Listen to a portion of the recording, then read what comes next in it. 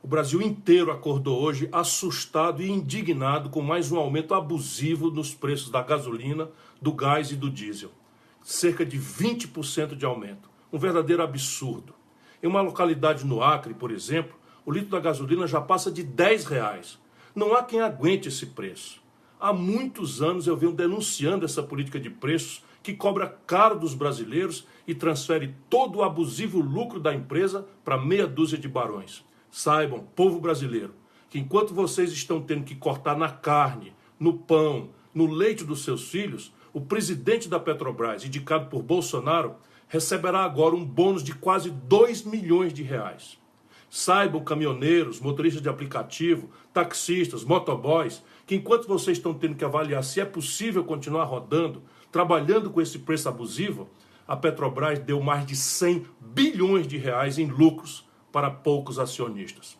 Estão roubando o povo brasileiro. Estão roubando a todos nós. Eu vou seguir denunciando e lutando para acabar com isso. Podem ter certeza. Se eu chegar à presidência do Brasil algum dia, essa mamata vai acabar e a Petrobras vai voltar para o povo brasileiro. Hoje em dia, o mundo faz um discurso de paz, de ordem, de tranquilidade, mas a confusão é geral ainda. E se você olhar, por trás de 80% das confusões, das guerras, dos genocídios, seja qual pretexto for, tem um assunto por trás: petróleo. Petróleo e petróleo.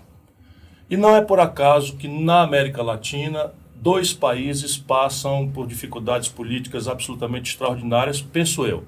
A Venezuela, maior reserva de petróleo do mundo, maior fornecedor de petróleo dos Estados Unidos, e nós, o Brasil, que desde 2014 estamos aí administrando a mais aguda, a mais grave, a mais complexa crise social, econômica e política de toda a nossa história. E olha que não é uma história de muita paz. Então, entender essa questão do petróleo, o que é que ela tem a ver com o interesse da população mais pobre, do trabalhador, do brasileiro médio, que muitas vezes está aí desencantado com todos e com tudo, é a intenção do programa de hoje. Eu chamei um craque que todo mundo já sabe o nome dele, só que é um craque de outro assunto. Eu vou falar com Felipe Coutinho. Felipe Coutinho tem aquele da seleção brasileira, campeão da Copa América, mas esse aqui é um craque de outro assunto. Ele é presidente da Associação dos Engenheiros da Petrobras. Essa é uma das instituições dos trabalhadores mais importantes, porque ela sempre teve uma tradição não só da defesa corporativa, dos justos interesses dos trabalhadores do petróleo, mas eles, tradicionalmente, e o Felipe tem dado grande relevo a isso, eles fazem, antes de mais nada, a defesa do Brasil e do papel público estratégico que a Petrobras deve jogar para um país como o nosso. Felipe, obrigado por ter aceito o nosso convite. Obrigado a você. E eu vou começar com uma pergunta. Por que a gente não privatiza logo isso? Não é corrupção demais, esculhambação. Você já sabe que o meu papel aqui Enfim, eu quero fazer a voz dos críticos para que o Felipe, introduzindo a opinião qualificada que ele tem, possa nos explicar. Então, por que a gente não entrega logo isso para os estrangeiros, acabar com esse negócio de político ficar nomeando gente na Petrobras? Exato.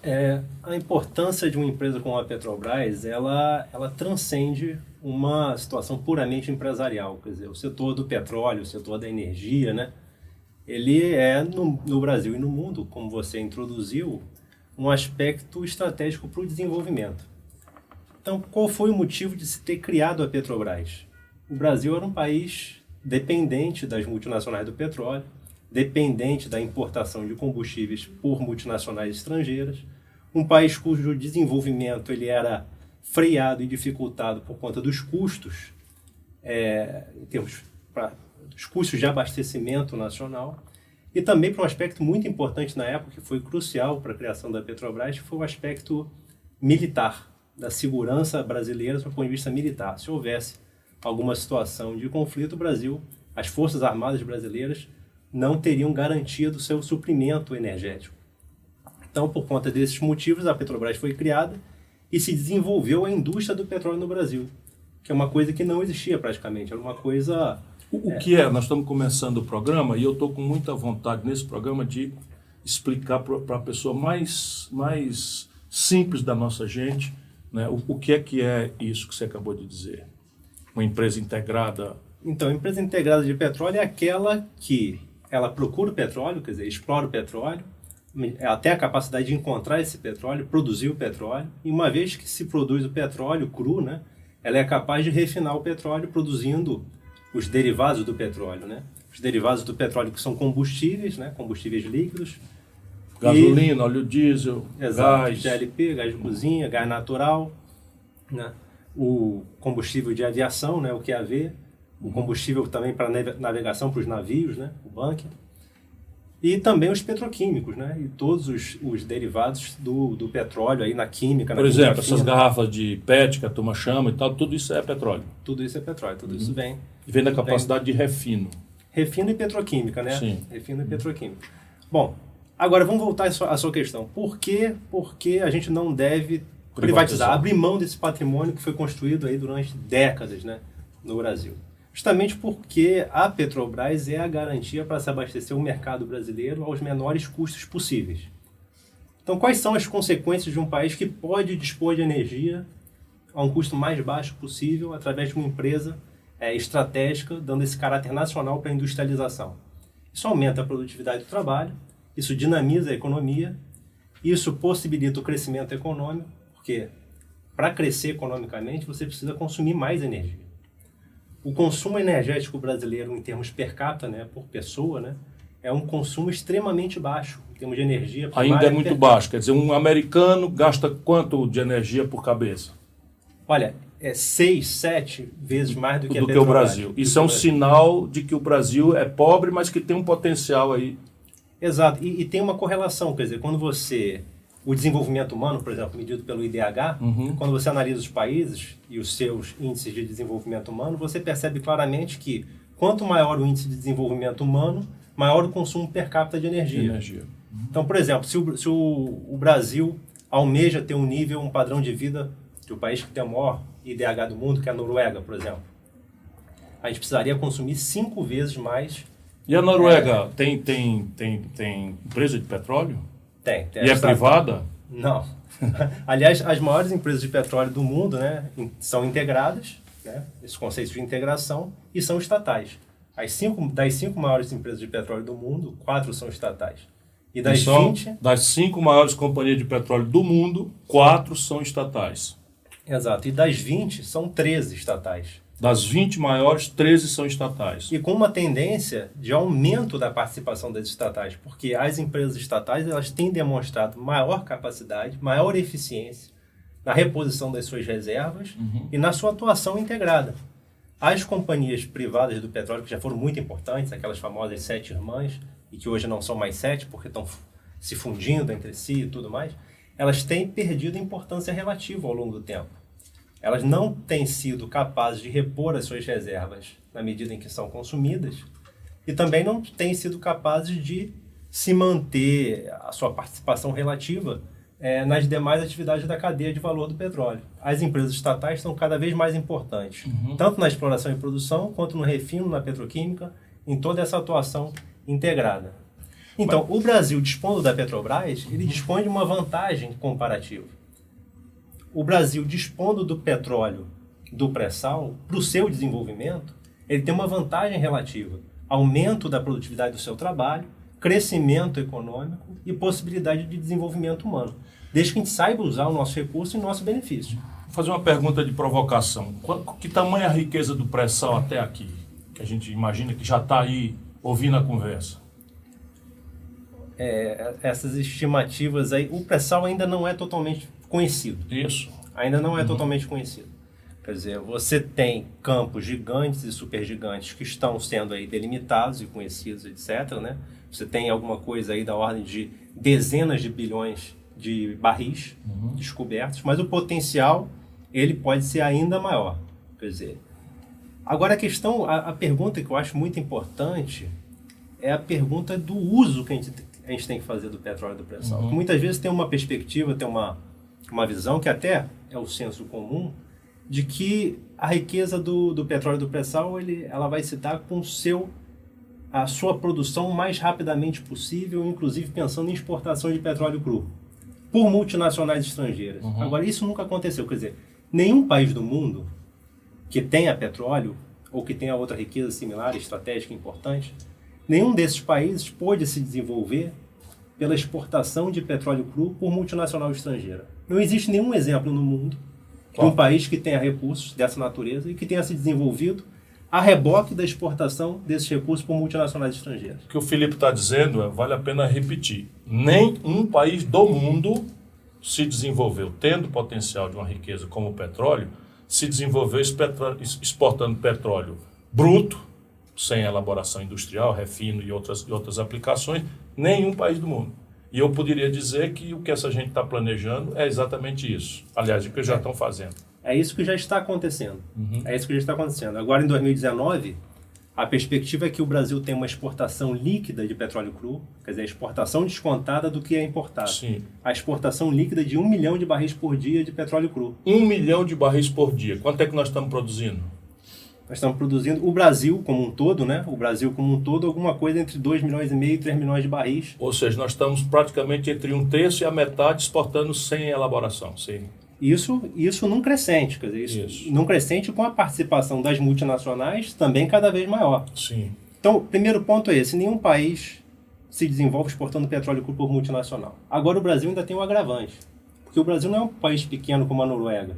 Muitas vezes a gente toma a Noruega como exemplo, tem vários aspectos positivos da experiência norueguesa, da gestão do seu recurso, do seu petróleo e tudo mais, mas a gente tem que ponderar que a Noruega é um país de 5 milhões de pessoas. Metade do Ceará, praticamente. Exato. Então, a Noruega, ela pôde se dar o luxo de ter as suas estatais, que são duas, e ter a gestão do seu petróleo, exportar o seu petróleo, e fazer o seu fundo, né, o seu fundo social e tal, que administra a tecnologia, administra uma série de questões para gerações futuras, e vem tendo sucesso, né, tem o maior IDH do mundo, era um país muito pobre. Agora acontece o seguinte, eles puderam se dar o luxo de exportar grandes volumes de petróleo cru, porque o consumo interno estava satisfeito. No caso do Brasil, para que a gente atinja um padrão de consumo norueguês, que é o uso do petróleo que traz o desenvolvimento humano, a gente teria que consumir 5 vezes mais do que a gente consome hoje. 5 vezes mais. Ou seja, o petróleo do pré-sal são grandes volumes, mas as necessidades não atendidas da nossa população são maiores. Então, a perspectiva de você exaurir os recursos do pré-sal dessa forma é uma perspectiva de novo ciclo do tipo colonial. O Brasil está entrando num novo ciclo do tipo colonial, exaurindo um recurso que não tem a segunda safra. Então, veja, o Brasil está na contramão, exportando cada vez mais petróleo bruto, e como o nosso consumo aqui embaixo, ainda que tenha muita crise de gasolina, óleo diesel, gás de cozinha, também de alguma forma cresce, ainda que só pelo crescimento da população, enfim, nós estamos então importando do estrangeiro os produtos trabalhados, os produtos elaborados, gerando emprego lá com o dinheiro do cabo que bota gasolina aqui. Isso também está acontecendo, mas são dois fatores assim que a gente podia tratar de forma independente. Tem dois fatores, quer dizer, a gente tem consumido pouco. É o consumo das famílias e o consumo industrial também. Sim. O principal que promove o desenvolvimento é o consumo industrial. Então, isso. É evidente que com a melhora do padrão de vida das pessoas também vai haver aumento do consumo das famílias e isso é bom. Mas o aumento do consumo industrial, esse sim é crucial para que a gente tenha uma cadeia industrial complexa, diversa, que é emprego de qualidade, tanto na indústria quanto nos serviços para essa indústria e tudo mais. Então isso, a disponibilidade do petróleo e o uso do petróleo possibilita que isso seja feito. Né?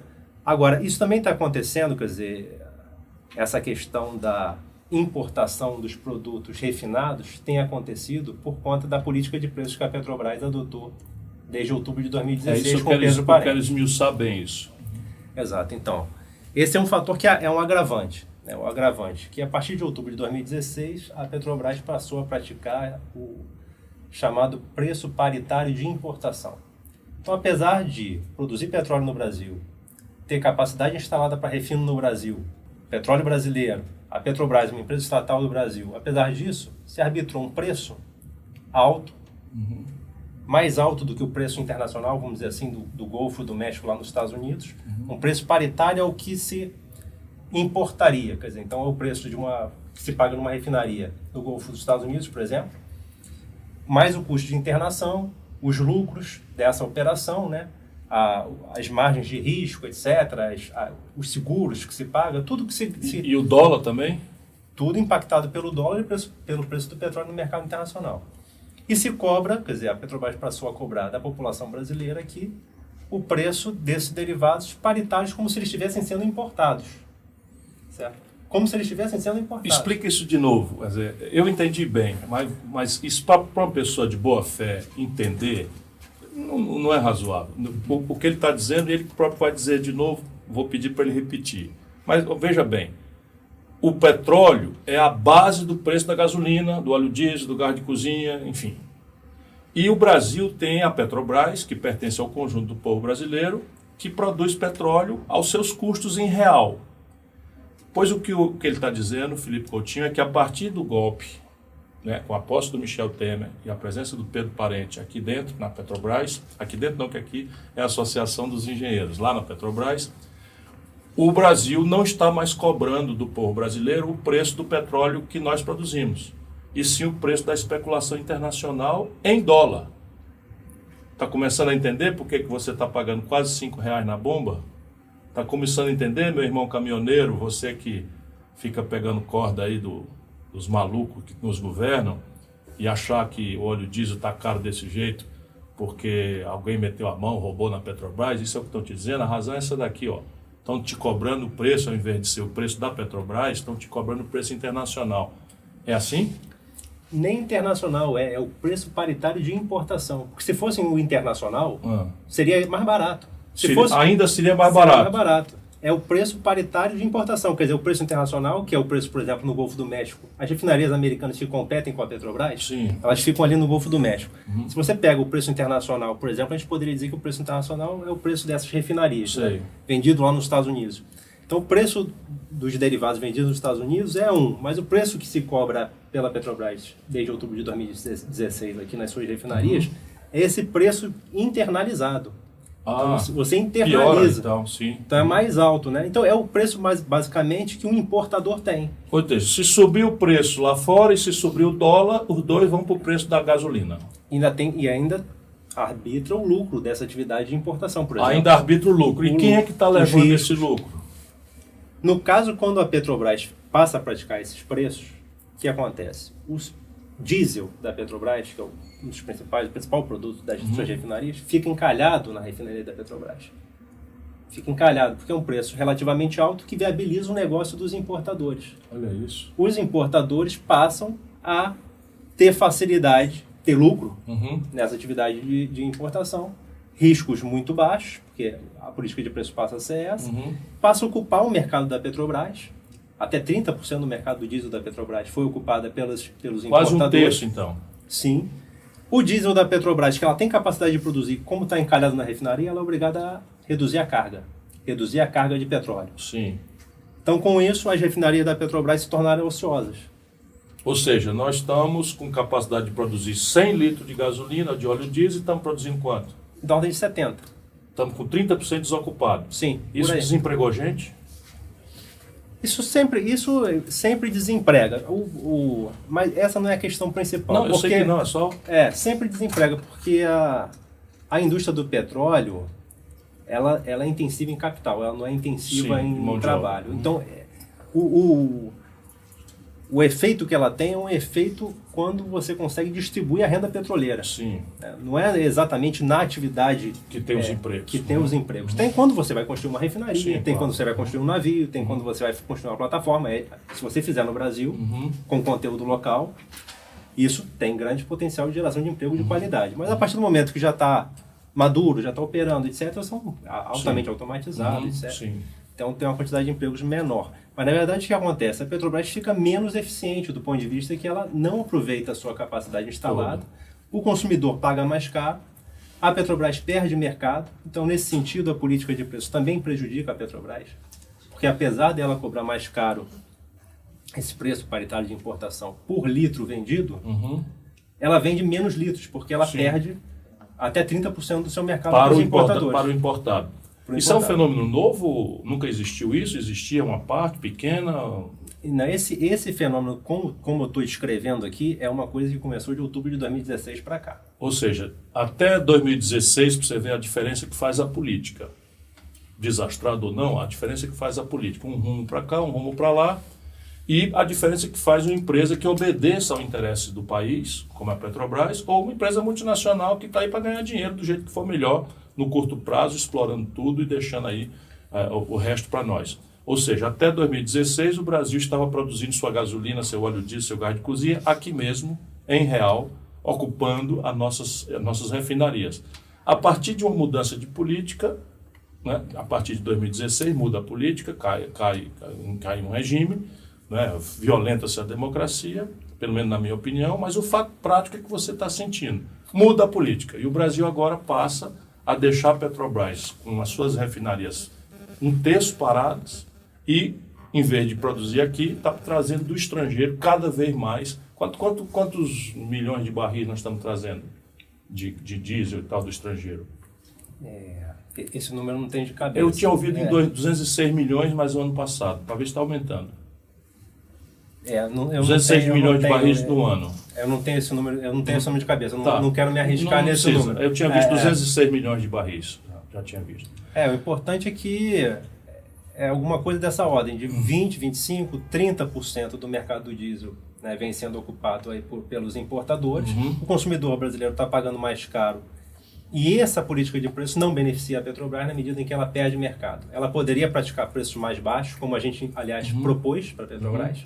Ou seja, a Petrobras, que pertence ao povo brasileiro, está perdendo. O consumidor brasileiro, taxista, caminhoneiro, cidadão de classe média que usa o carro para ir vir para o trabalho, estão perdendo. E quem está ganhando? Um grupo de interesses particulares. Isso, a começar pelas refinarias dos Estados Unidos, que é da onde vem 80%, 85% do diesel importado pelo Brasil.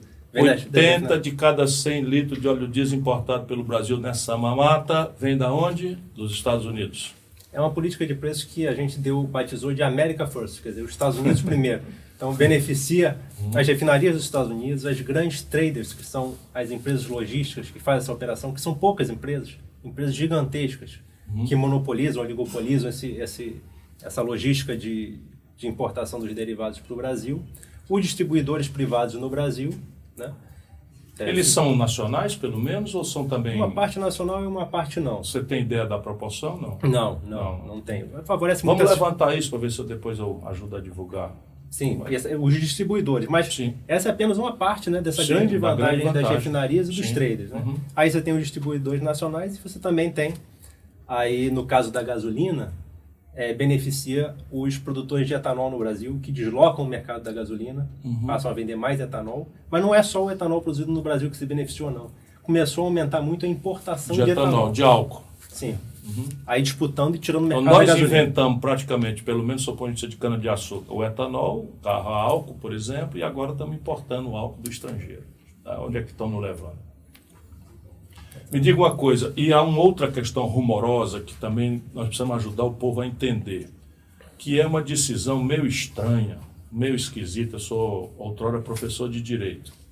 E eu aprendi, a entrevista é sua, mas eu só introduzindo aqui, eu aprendi que o patrimônio público não pode ser vendido pelo administrador. Eu fui prefeito, eu fui governador, eu fui ministro e tal. Eu não podia, pela lei brasileira, pela Constituição, eu não podia vender as coisas sem pedir permissão aos representantes do povo, que são a Câmara Municipal, quando eu era prefeito, a Assembleia do Estado, quando eu era governador, e, vamos dizer, o Congresso Nacional. E agora o nosso Supremo Tribunal Federal, cada dia que passa a gente tem uma novidade, fez uma decisão que, pelo menos para mim, do ponto de vista do direito, é muito estranho. Eu quero ouvir como é que vocês estão pensando isso. O Supremo fez uma no cravo, outra na ferradura. Né? Examinando uma ação, disse que a Petrobras não pode ser vendida sem leilão e sem autorização do Congresso. Mas, na mesma decisão, disse que se for uma subsidiária da Petrobras, que na minha mente é a mesma coisa, porque se a Petrobras pertence majoritariamente o capital controlador ao povo brasileiro, a subsidiária pertence ao povo brasileiro. Mas eles autorizaram a subsidiária a serem entregues, a vendida sem leilão, sem transparência e sem autorização do Congresso. Corresponde? Foi essa a decisão. Foi essa decisão, mas ela é muito estranha. É muito esquisitíssima. Ela é muito estranha, porque essa decisão, ela possibilita que aconteça o quê? Apesar deles terem dito que a Petrobras ela não pode, né, ser privatizada sem autorização do Congresso, eles fizeram a interpretação seguinte: olha, a Petrobras ela tem ela não depende de lei para criar uma subsidiária. Então, ela também não dependeria de lei para privatizar a subsidiária. Agora, acontece o seguinte, o que a Petrobras pode fazer? A Petrobras pode simplesmente transferir todos os seus ativos para uma subsidiária. Evidente. E depois, assim como aconteceu com as malhas de gasodutos... Eu assim quero como falar já sobre aconteceu. isso especificamente, mas continue. Então, desculpa. Isso que nos causa estranheza, quer dizer, você ter, assim, por lei, né, da criação da Petrobras, você interpretar que ela também é capaz de criar subsidiárias para fazer a melhor gestão da sua atividade empresarial, né? Isso não significa, do meu ponto de vista, que ela pode criar uma subsidiária com o objetivo de privatização. É evidente. Você cria uma subsidiária com o objetivo de fazer a melhor administração operar empresarial. O patrimônio público, é evidente. Exato, que você tem, assim, você tem uma lei que determinou que a Petrobras ela fosse criada com objetivos, porque a atividade do Estado, empresarial do Estado, é uma atividade que tem que estar justificada em lei. Então, se justificou em lei o interesse público disso, e se entendeu que ela pode criar subsidiárias para que ela possa fazer justamente da melhor forma possível essa gestão do Estado empreendedor. Vamos explicar aqui. Ó. A Petrobras é uma joia que faz pesquisa, que financia ciência, tecnologia, é a mais importante estrutura de financiamento de inteligência tecnológica no Brasil. Ela procura, acha e explora petróleo. Depois que o petróleo sai, ela faz o refino do petróleo, transformando o petróleo naquilo que a gente usa, não só gás, gasolina, óleo diesel, os matérias-primas para plástico, para coisa que é a petroquímica. Ela transporta isso e ela distribui. Esqueci alguma parte? Também participa da petroquímica, né? Isso, na petroquímica. E fertilizante. Teoricamente, importante. A Petrobras tem potencial para, a partir do petróleo, fazer fertilizante. Então, as subsidiárias são assim, em vez da Petrobras ser uma empresa ela só, como a gente conhece, para que ela tenha foco, faça as coisas com a devida personalidade, que um negócio é você explorar petróleo, outro negócio é você distribuir gasolina, é um posto de gasolina, uma rede que é a distribuidora BR, que pertence à Petrobras. Ela transporta o gás, então são os gasodutos que ela faz, então tem 1 milhão de atividades e a decisão do Supremo é essa, é uma coisa muito exótica, que é a Petrobras, ela mesma não pode ser privatizada sem autorização legislativa. Mas as subsidiárias podem. E o que quer dizer o seguinte, a Petrobras amanhã, mal administrada ou entregue ao interesse do capital estrangeiro, ela pode pegar todas as atividades dela, criar uma subsidiária e a partir daí vender. Veja como as coisas estão no Brasil. É mais ou menos isso. No limite você pode ficar com a Petrobras só com o prédio da sede da Petrobras, só o prédio, lá com aquela plaquinha lá escrito Petrobras, e todos os ativos que são os meios produtivos da Petrobras podem ser transformados em subsidiárias e vendidos. Quer dizer, isso me parece estranho. Me parece que, eventualmente, isso pode ser, inclusive, questionado nos próprios Supremo. Mas está sob recurso isso? Existem diversos recursos em diversos níveis no Supremo e em outros níveis da Justiça, tá certo? Essa foi uma decisão recente, né? Eu sei. Mas eu entendo que isso mereça, inclusive, que os próprios ministros eles esclareçam, quer dizer, se eles entendem que é isso mesmo. Quer dizer, uma coisa é você entender que pode criar e pode privatizar o que você criou. Outra coisa é você perceber que existe isso sendo feito de uma forma sistemática. Isso começou, né? Começou a acontecer. Não é uma autorização estranha do judiciário. Isso já está acontecendo. Exato, já está acontecendo. E na medida em que haja, assim, reclamações na justiça nos seus diversos níveis, a gente vai ver como é que a justiça vai se posicionar. Então, o que aconteceu já na parte de logística, de distribuição?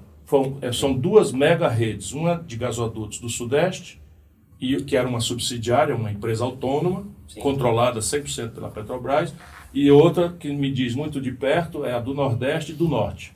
Né? Uma que administra desde Coari e Manaus, o gasoduto que eu vi nascer em Campo de Urucum, eu estive lá na origem, e que emancipou depois de muito tempo o abastecimento de energia de Manaus, que era termoelétrica a carvão, a termoelétrica a diesel. A termoelétrica a diesel comprando diesel de São Paulo. E como a Petrobras é estatal, o governo teve condição de mandar fazer, no meio da selva, né, o que a iniciativa privada jamais faria. E eles entregaram isso para a iniciativa privada, para multinacionais. É verdade? Exato. Foram privatizadas essas duas malhas de gasodutos, quer dizer, eram empresas subsidiárias da Petrobras, quer dizer, subsidiárias integrais da Petrobras. Como é que funciona? Elas operam com contratos com a Petrobras. Então, uma subsidiária da Petrobras, ela tinha um contrato com a própria Petrobras, né, a holding, né? Dá vontade de rir para não chorar. Certo? Esse contrato é um contrato que garante que, para você ter aquela capacidade de escoamento, a Petrobras pagava a sua subsidiária, né, um valor fixo, né? Um valor fixo garantido, né, de um volume, mesmo não ocupando aquele volume todo, eventualmente, mas é uma operação de risco chama zero. No mercado use or pay. Ship or pay. Ship or pay. Ship or pay. Então, você tem essa garantia contratual, você tem um risco para a subsidiária zero.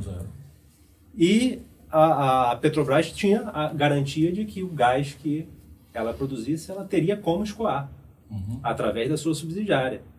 Porque a subsidiária de uma malha de gasodutos não é uma coisa que é simplesmente um conjunto de tubos interligados. Para você construir uma malha de gasodutos, na verdade, você está desenvolvendo consumidores. Sim. Isso é um trabalho de anos, um investimento multibilionário. Você garantir o suprimento do mercado com gás natural, convencer os consumidores a fazer investimentos na alteração da sua matriz ali, do óleo combustível para o gás, etc. Então, isso é uma coisa muito lenta e é uma conquista que a Petrobras fez com muito trabalho, muito investimento, desenvolveu o mercado, fez um investimento de quilômetros e mais quilômetros de malha de gasodutos. Tem essa relação, que é uma relação que é boa para a Petrobras, porque tem a garantia de escoar o seu gás através da sua subsidiária.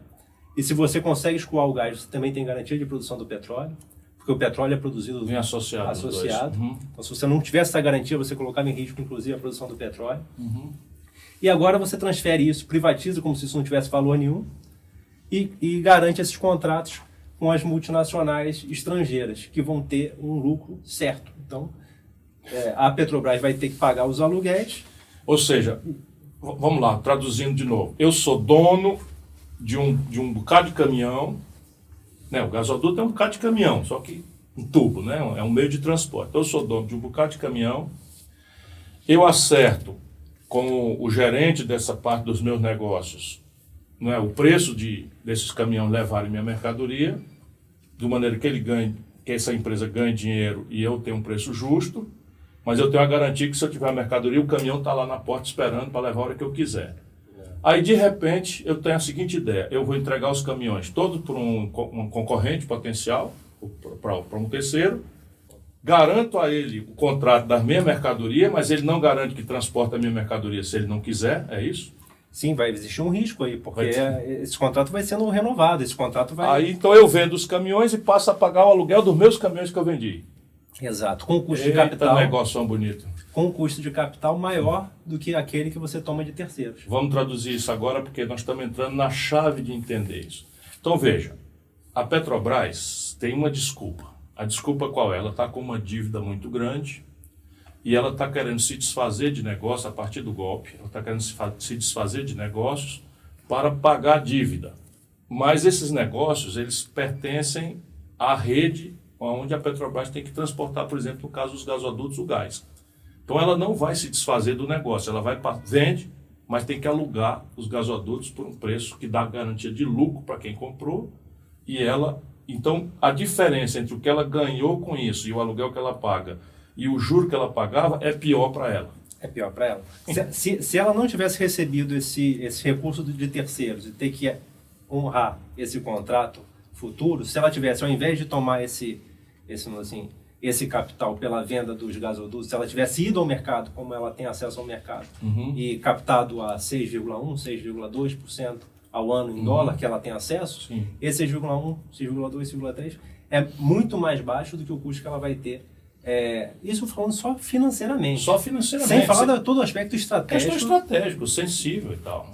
Isso, assim, olhando assim puramente financeiramente, fazendo um balanço... Mata o pretexto safado com o que se fala publicamente, que é a razão de vender. Né? Isso. E sobre esse ponto, a gente também fez um estudo que eu acho importante a gente pontuar, quer dizer, essa justificativa da privatização para a redução da dívida, isso vem sendo falado desde até antes Dilma, né? Dilma, Bendini, etc. Sim. Já naquela época, 2014, 2015, já se começou a falar, ter essa retórica, né? Essa construção da ignorância sobre a Petrobras, o mito da Petrobras quebrada. Então, desde essa época, em 2015, 2016, nós fizemos estudos prospectivos mostrando que não era necessário vender ativos para redução da dívida, a partir dos números da Petrobras. Isso a gente falava que não era antes. Agora a gente fez diferente. A gente fez... olhando para trás, do mal feito. Olhando para trás do mal feito. Então a gente olhou a redução da dívida de 2015 a 2018. Quanto dessa redução da dívida veio da privatização? Apenas 25% do que se reduziu a dívida de 2015 a 2018 foi privatização. 75% foi de geração de caixa da Petrobras. Da própria Petrobras. Se não tivesse privatizado nada, a dívida teria reduzido substancialmente da mesma forma. Em proporção maior, porque pelo menos a parte que foi vendida, o caixa também geraria porque caixa. Quem veio comprar as partes da Petrobras vendidas não veio para fazer caridade, veio para ganhar dinheiro. No curto prazo. Claro. Me explica uma coisa, isso é reversível? Tudo é reversível. Vamos supor que amanhã a democracia brasileira ache um caminho, que a gente discuta um projeto nacional de desenvolvimento e que esse projeto consiga deixar claro para o povo brasileiro qual é o papel de uma empresa estratégica para a nossa... Não só para o barateamento da nossa vida, mas para a gente poder mandar no próprio nariz e não depender de multinacionais. Isso é reversível? É reversível. Eu acho até uma oportunidade que a gente tem aqui de dar um recado para essas empresas multinacionais. Eu vim aqui para isso. Essas empresas multinacionais que estão fazendo esses negócios, que no negociatas, passado, que no passado eram os negócios da China, né? Sim, agora virou negócio do Brasil. Então acho que essas empresas multinacionais que estão vindo aqui se apropriar dos ativos da Petrobras nessas condições, a gente tem que ter consciência que é um negócio de risco. É um negócio de risco. Essas empresas estão tendo alta lucratividade, é uma oportunidade que eu considero que até única na história do Brasil, e está sendo feito o que está sendo feito agora, desde 2015, 2016. Agora, isso é uma oportunidade única. Eles estão vindo aqui, estão se apropriando dos ativos dessa maneira, como a gente está aqui ao longo de todo esse tempo e aqui também denunciando. Então, a gente tem que ter consciência de que é uma atividade de risco. Então, eu espero que isso tudo seja revertido e que o patrimônio público seja recuperado. Restaurado. Isso tem que ser uma discussão em que cada um bote a cara para bater. Porque a questão é essa, no mundo do petróleo não tem brincadeira, não tem neném, nem tem ingenuidade. É literalmente guerra, às vezes por cima da mesa, que está Iraque, Egito, Síria, tudo isso é guerra, ou por baixo da mesa está aí o grande conflito da Rússia com os Estados Unidos, da China com os Estados Unidos, não é só petróleo, mas o petróleo está por trás disso. E o Brasil, a Venezuela é um caso gravíssimo, tal, nem sequer admiro a forma como eles estão administrando. Mas os brasileiros, nós vamos ter que botar isso em debate, e assim, para um cara com as minhas convicções, é preciso deixar muito bem documentado que isso que está acontecendo não pode ser mantido. Isso tem que ser mudado, revertido, porque sem isso o Brasil não será mais uma nação soberana. Se a gente faz isso e tem uma administração severa, profissional, contrato de gestão, embora mantendo pública a Petrobras, é razoável que eu pudesse afirmar que nós também poderíamos baratear os preços dos combustíveis para a população, sem cometer nenhuma ineficiência? De forma nenhuma. Isso, inclusive, a gente tem uma proposta concreta sobre esse assunto. Por exemplo, a gente poderia praticar preços mais baixos do que nas refinarias da Petrobras, mais baixos do que é vendido nas refinarias dos Estados Unidos. Explica isso, vamos explicar bem isso, porque isso bota o nosso povo na jogada, entendeu? É difícil para um popular, muito difícil para um brasileiro médio, cansado como está com razão da corrupção e vendo os exemplos. Não dá para esconder debaixo do tapete a molecagem que aconteceu com a apropriação dos interesses brasileiros na Petrobras, por 10, 12, 15, 20 anos, do Fernando Henrique para cá. Eu que tenho um testemunho muito aproximado, eu sei da bandalheira, sei bastante bem, eu cansei de denunciar as coisas da Transpetro, cansei de denunciar os contratos sem licitação, de terceirização de serviço, ou seja, a Petrobras vulnerou-se, não o corpo funcional, a direção política da Petrobras, e isso faz com que o nosso povo seja muito, deixa eu te dizer com franqueza, o nosso povo fica muito assim, entre a cruz e a caldeira. Quer dizer assim, não, eu acho que a Petrobras é um ativo meio importante, compreendo que tem aí uma riqueza que pode emancipar o Brasil, portanto meu filho pode viver numa condição diferente, mas ao mesmo tempo ela não está nesse momento me servindo, só está servindo a meia dúzia de salafrário da política Então é quase como uma faca na manteiga você defender políticas contra, como eles estão fazendo. Claro que tem uma massa de propaganda financiada com dinheiro de fora e tal, porque isso não tem impacto nesse jogo. Mas vamos no prático. Se a Petrobras fosse administrada com um contrato de gestão, não é, em que ela tivesse padrões de governança corporativa, com compliance, ou seja, com padrões severos de eficiência e controle, inclusive com as entidades dos seus próprios servidores, que eu conheço a FUP, conheço vocês, a história das entidades, e eu sei que é perfeitamente praticável isso, ela ser administrada em bases extremamente profissionais. O povo ganharia com isso ou perderia? Ganharia, porque o mercado brasileiro, através da Petrobras, ele pode ser abastecido a custos muito menores do que ele é hoje. Por quê? Porque a Petrobras ela foi construída para isso.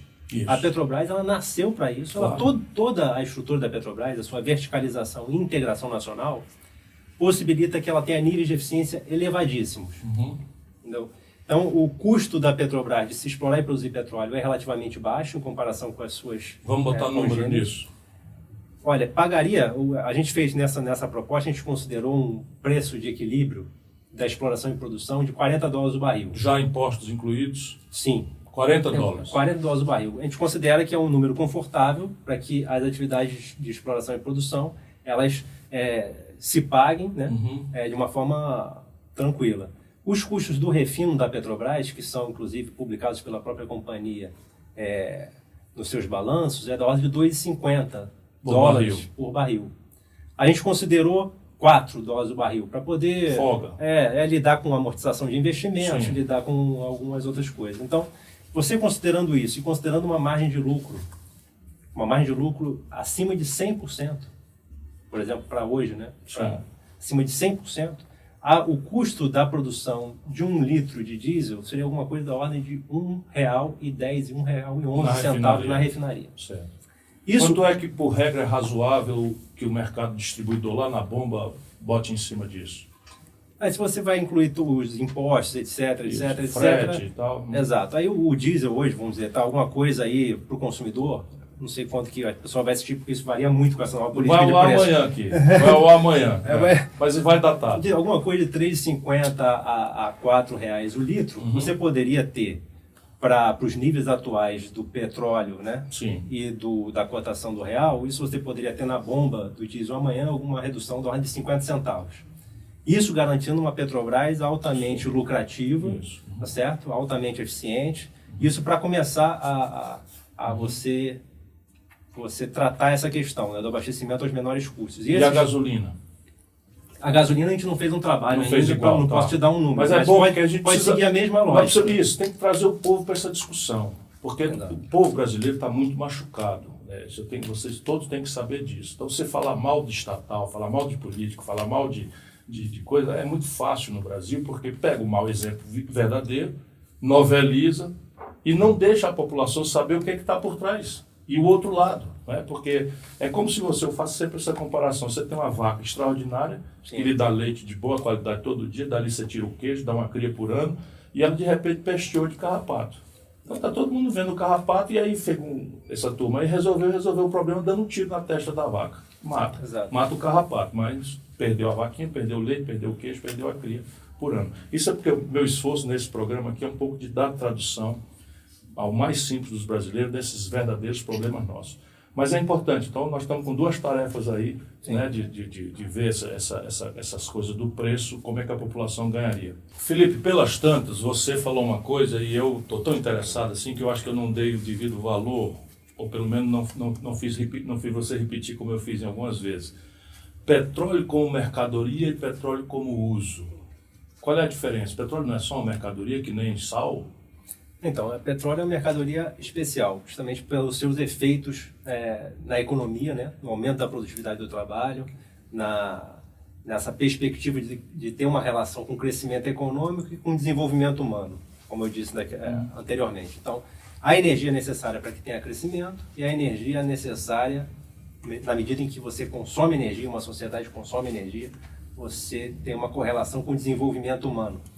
Então, no caso do petróleo e do Brasil, no petróleo brasileiro, né, do pré-sal e o Brasil tem um nível de consumo per capita extremamente baixo. Então, não é razoável para um país de mais de 200 milhões de pessoas com um nível de desenvolvimento relativamente baixo como o Brasil e um nível de consumo de energia extremamente baixo, não é razoável que a gente permita a exportação de petróleo cru por multinacionais estrangeiras. Essa perspectiva é uma perspectiva do tipo colonial, que vai fazer com que a gente perca mais esse ciclo, mais essa oportunidade. Muito mais importante do que vender como mercadoria é usá-lo aqui. Exato. Usar. E extrair disso todos os efeitos irradiadores para uma nova industrialização do país. Exato. Você ter uma planificação, quer dizer, uma forma de desenvolver essa economia de uma forma inteligente, planificada, explorando as nossas potencialidades, né? Potencialidade de recursos naturais, como é o caso do pré-sal, e potencialidade também de recursos humanos que nós temos, a possibilidade de agregar valor a esse petróleo no Brasil e criando uma indústria aí que seja diversificada e que tenha também as oportunidades dos serviços aí, serviços tecnológicos, de engenharia, todos esses serviços que você pode agregar a esse setor, e isso pode. É isso sim que desenvolve o país, você se apropriar e distribuir a renda petroleira. O que está em disputa é a renda petroleira. Sim. E o que está acontecendo nesse modelo é a apropriação da renda petroleira por multinacionais estrangeiras exportando petróleo cru. Quando se pertencendo ao Estado, ela pode eventualmente ser um reforço para a educação, para a saúde, para as políticas públicas. Exato, para todos os aspectos sociais e econômicos que são importantes para o desenvolvimento de um país, né? E essa estratégia de esquartejar a Petrobras e vender não é mais ou menos aquela que o Fernando Henrique fez lá atrás, a Fronap? A Fronap era o seguinte, a Petrobras tinha aí não sei quantos navios, uma dezena ou mais de navios dela própria, levando e trazendo petróleo e tal, nesse mercado global que a Petrobras participa. Fernando Henrique vendeu e hoje a Petrobras aluga os mesmos aviões, os mesmos navios. Não é a mesma coisa? É muito parecido, é a mesma lógica, quer dizer, a lógica de você transformar os ativos em subsidiárias e privatizar as subsidiárias. E você vai esvaziando assim, a estrutura produtiva da Petrobras e mantendo só uma superestrutura que não está relacionada aos ativos produtivos da companhia. Então, o caso das refinarias, o caso das malhas de gasoduto. Vamos cravar aqui uma denúncia, que é por ver se os nossos supremos aí, nossos magistrados se compenetram, né, que para além da lei, que é uma leitura meio estranha, mas que eles compreendam que há uma fraude em elaboração. Porque na medida em que eles afirmam que é ilegal a venda da Petrobras sem audiência do Congresso, a gente está assistindo o governo falar repetidamente que vai vender as refinarias. Ora, as refinarias são da Petrobras. Portanto, o que eles estão anunciando é uma fraude contra a ordem do próprio Supremo Tribunal Federal. Ou seja, para eles venderem, eles têm que fazer essa fraude, transformar as refinarias em subsidiária, fraudulentamente, e vender, é isso? Então, a gente tem que perguntar para o Supremo, que fez essa interpretação da lei, se é esse o entendimento deles. Quer dizer, isso é razoável? É uma fraude isso. Você permitir que uma empresa crie subsidiárias para operar na economia, uma empresa estatal, criar uma subsidiária para atuar da melhor forma possível numa atividade que ela é coberta por lei, que ela funciona. Agora, você criar subsidiária com o único objetivo de privatizar... É uma fraude. Isso não parece razoável. Então, a gente precisa questionar. Atenção aí, pessoal que tem refinaria nas estruturas, e não duvide que boa parte dessas compras talvez não seja para botar para funcionar, não. Porque se a estrutura de preço que eles continuam fazendo assim, é muito razoável sempre pensar que eles vão fechar. Compra, fecha e domina o mercado, trazendo de fora. Enfim, estou eu falando aqui, não é o Felipe que está falando. Mais alguma ponderação? Não, acho que foi ótimo. Tá. Te agradeço. Bom, vamos nos ligar nesse assunto. A Petrobras, ela é uma empresa, passou um mau bocado em matéria de administração, isso é flagrante, nada justifica a corrupção que aconteceu, mas nada justifica a corrupção muitas vezes maior, que é entregar o patrimônio que pertence aos filhos e netos dos brasileiros e que foi feita à custa literalmente de sangue. O Getúlio Vargas, para criar essa Petrobras, teve que se matar. E as forças que o levaram a se matar foram aquelas mesmas forças que hoje estão vindo aqui levar essa riqueza extraordinária do povo brasileiro, as multinacionais do petróleo. Nós não temos nada contra multinacional, mas o petróleo é nosso.